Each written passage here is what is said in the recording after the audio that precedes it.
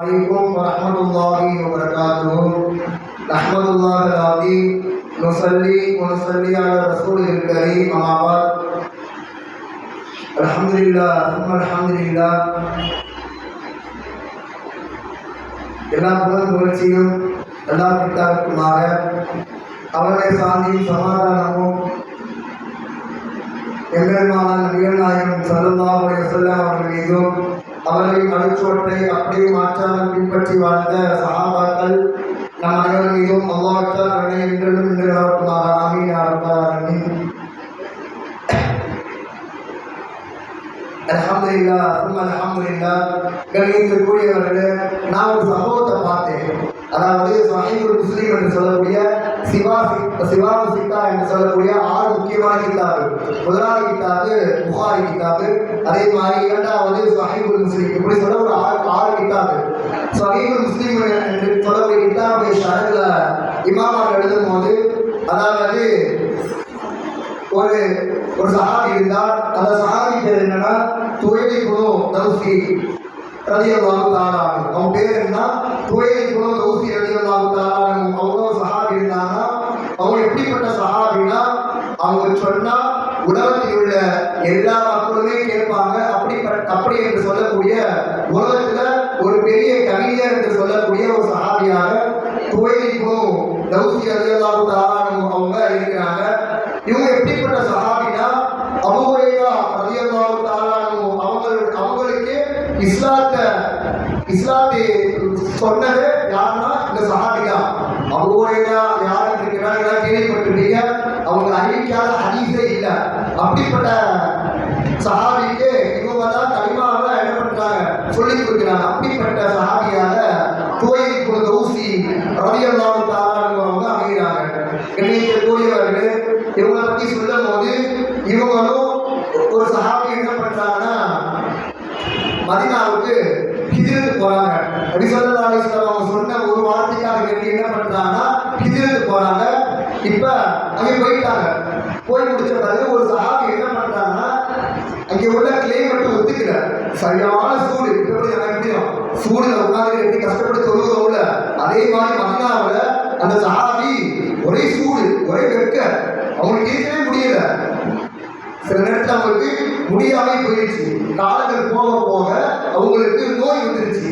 இப்ப அவங்க என்ன பண்றாங்கன்னா, நம்ம உயிர் வாழ்றதுக்கு வாழாமல் இருக்கலாம் என்பதாக துவைலி இப்னு தௌசி ரலியல்லாஹு தஆலா கூட போன சஹாபி நினைக்கிறாங்க. என்ன பண்றாங்கன்னா, அவங்க இல்லாத சமயம் பார்த்து ஒரு சின்ன கத்தி எடுத்து அவங்களுடைய நரம்பு எங்கெங்கெல்லாம் வெட்ட போகுமோ அந்த இடத்துல வெட்டிருக்காங்க. வெட்டி இவங்களோட உயிரை மாற்றிக்கிட்டாங்க. இவங்களோட உயிரை அவங்களே என்ன பண்றாங்க, மூத்தாக்கிட்டாங்க. இப்ப துவைலி இப்னு தௌசி ரலியல்லாஹு தஆலா பார்க்கிறாங்க, என்னடா இவரு அல்லாஹ்வுக்கு பிடிக்காத செயலை செஞ்சிருக்கிறாரே, நபிக்காக ஹிஜ்ரத் செஞ்சு நம்மகிட்ட ஒரு வார்த்தை சொல்லியிருந்தா, இந்த மாதிரி சூடா இருக்கு, வெப்பமா இருக்கிறது, முடியாம இருந்து சொன்னா நீங்க ஏற்பாடு பண்ணியிருக்கலாம். இவருக்கு திடீர்னு இப்படி முடிவு பண்றாரு என்பதாக சொல்லி ரொம்ப அழுகுறாங்க. யாரு? துவைலி இப்னு தௌசி ரலியல்லாஹு தஆலா ரொம்ப அழுகுறாங்க.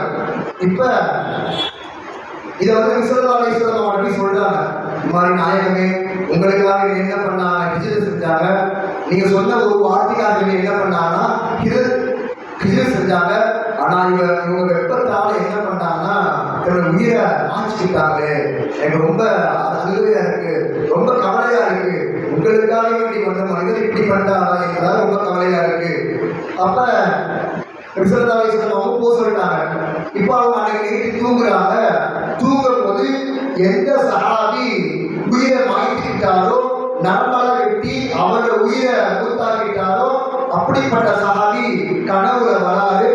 எந்த நிலைமையில வராருன்னா, சொர்க்கத்துல அல்லாஹ் நல்ல நிலைமையை அவர்களுக்கு அல்லாஹ் கொடுத்திருந்தால் சொர்க்கத்துல உற்சாகமா இருக்கிறாரு. எந்த சஹாபி இறந்து போனார்ல, அந்த சஹாபி சொர்க்கத்துல உற்சாகமா இருக்கிறாரு, ரொம்ப ஜாலியா இருக்காரு. இப்ப இவங்க கனவு சொல்றாங்களா, இந்த மாதிரி துவைலி இப்னு தௌசியே, இது மாதிரி நான் என்ன பண்றேன், வெப்ப தாங்கவே முடியல என்னால, அதனால என்ன பண்றேன்னா இந்த உயிரை நான் மாற்றிக்கிட்டேன். நான் ரொம்ப பயந்து உயிரை மாற்றிக்கிட்டேன் என்று கேட்டால், இஸ்லாத்துல தற்கொலை என்பது கிடையாது. நீங்களாம் கேள்விப்பட்டிருக்கீங்க. நான் ரொம்ப எனக்கு தாங்க முடியாம வந்துருச்சு, அதனால இந்த உயிரை வச்சுக்கிட்டா வேஸ்ட் என்பதான்னு சொல்லி என்ன பண்ணா உயிரை மாற்றிக்கிட்டேன். ஆனா அல்லாஹ் எந்த அளவுக்கு கவலைப்பட்டேனோ அந்த அளவுக்கு அல்லாஹ் அந்த கவலையெல்லாம் போக்கிட்டு என சொர்க்கத்துல உயர்தரமான அந்தஸ்தை வச்சிருக்கா என்பதாக சொன்னாங்க. அப்ப அவருடைய கையில ஒரு துணி சுத்தி இருந்துச்சு. அப்ப கேட்கிறாங்க, துவை தோசிக்கலாம் கேட்கிறாங்க, கேட்க அந்த உற்சாகம் வச்சிருக்கான், என்ன கையில சுத்தி இருக்க? அப்ப அவங்க சொன்னாங்களா, இல்ல அல்லாவா உயிரை எடுக்கப்பட்டாதா என்ன என் சொர்க்கத்துல இடம் இருக்கு.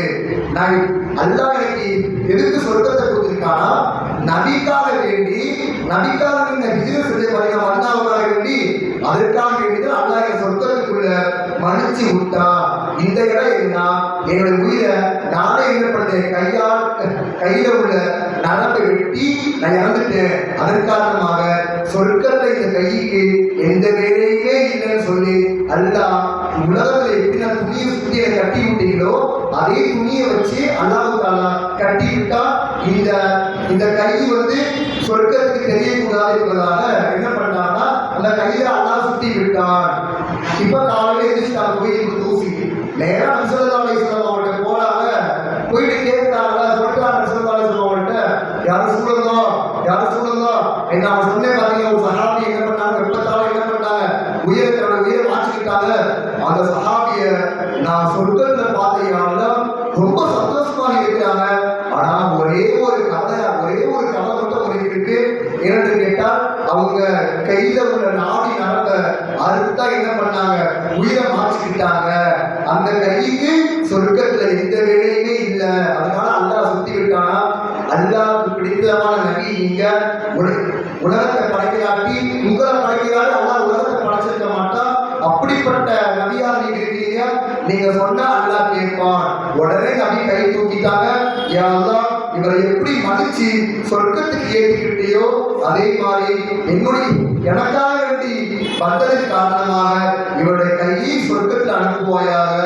இவருடைய கையில உள்ள துணியை அவிட்டு எப்படி உடம்பு முழுவதும் எப்படி சொர்க்கத்தில் இருக்கோ அதே மாதிரி இந்த கையையும் சொர்க்கத்தில் ஆக்குவாயாக என்றால் துவா செய்யும் போது அடுத்த நிமிடமே அவங்களுடைய துணி அவிட்டு சொர்க்கத்துல அவங்களுடைய எப்படி அவங்க உடல் முழுவதும் இருக்கோ அதே மாதிரி கையும் சொர்க்கத்துல அல்லாஹ் ஆக்கி விட்டான் என்பதாக முஸ்லிம் ஷரீஃப் உடைய ஷரஹ்ல இமாம் அவர்கள் பதிவு செய்வாங்க. கண்ணியத்திற்குரியவர்கள், இந்த ஆச்சரியமான விஷயத்தை கேட்கும் போது எனக்கே புள்ள இருந்துருச்சு. ஏனென்று கேட்டால் இஸ்லாத்துல தற்கொலை என்பது கிடையாது. அல்லாஹ் இப்படிப்பட்ட நபருக்கு இப்படி கொடுத்தான் என்று கேட்டால் இது ஆச்சரியமான சம்பவம். கண்ணியத்திற்குரியவர்கள், இதன் மூலியமாக என்ன தெரிய வருதுன்னா, நபியுடைய கட்டளைக்கு அல்லாஹ் இங்க கூலி தள்ளாட்டி கூட அல்லாஹ் கியாமத் நாள்ல கூலி தருவான்.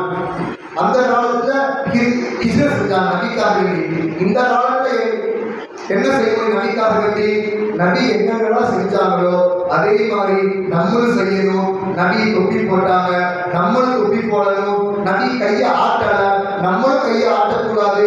நபி என்ன சொன்னாங்களோ, பெண்கள் நபி என்ன சொன்னாங்க, நீங்க எல்லாம் உடல் முழுவதும் மறைக்க வேண்டும், முகத்தை உட்பட நீங்க மறைக்க வேண்டும். அதையும் நபி கட்டளையிட்டார்கள்.